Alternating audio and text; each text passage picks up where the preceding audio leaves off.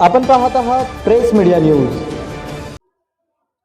जकराया साखर कारखान्याचा पर्यावरणावर गंभीर हल्ला, प्रदूषण अधिकाऱ्यांची संशयास्पद शांतता। वटवटे येथील जकराया साखर कारखान्यातून रसायन मिश्रित दुर्गंधीयुक्त पेंट वॉश पाणी टँकरद्वारे बाहेर नेले जात असल्याचा धक्कादायक प्रकार उघडकीस आला आहे। हे दूषित पाणी थेट रस्त्यावर सांडत असल्याने वटवटे येथील गावातील नागरिकांना रस्त्यावरून चालणे हे अशक्य झाले आहे। रस्त्यावरून पाय घसरून अनेक नागरिक पडले असून लहान मुलं व विद्यार्थ्यांना शाळेत जाताना मोठा धोका निर्माण झाला आहे।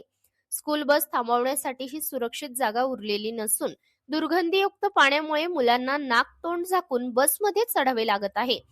गावकऱ्यांच्या म्हणण्यानुसार या पाण्यामुळे अनेक नागरिक आजारी पडले आहेत। जनावरे व पशुपक्षी दगावल्याच्या घटनाही घडल्या आहेत।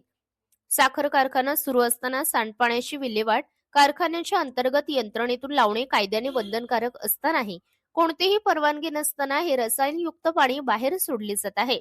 आणि सर्वात गंभीर बाब म्हणजे सोलापूर व पुणे येथील प्रदूषण नियंत्रण अधिकाऱ्यांची पूर्ण निष्क्रियता। राजकीय दबावाखाली हे अधिकारी कुंभकर्णासारखे झोपले आहेत का, असा संतप्त सवाल नागरिक उपस्थित करत आहेत। या प्रकारामुळे काही कायद्यांचे गंभीर उल्लंघन झाले आहे।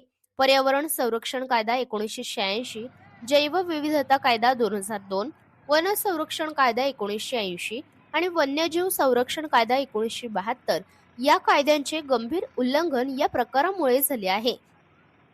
याच प्रकरणी महाराष्ट्र राज्य पत्रकार कल्याण सेवाभावी संस्था आक्रमक झाली असून प्रदूषण अधिकाऱ्यांचे निलंबन, जकराया साखर कारखान्यावर कठोर कार्यवाही यासाठी 5 जानेवारी 2026 पासून पुणे विधान भवनासमोर बेमुदत धरणे आंदोलन करण्याचा इशारा संस्थापक अध्यक्ष बाळासाहेब पारवे आणि अध्यक्ष महेंद्र शिरसाट यांनी दिला आहे।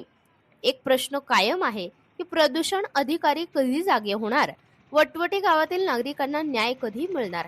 आम्ही बातमीचा पाठपुरावा करत राहणार आहोत, त्यामुळे पाहत रहा प्रेस मीडिया न्यूज चॅनल।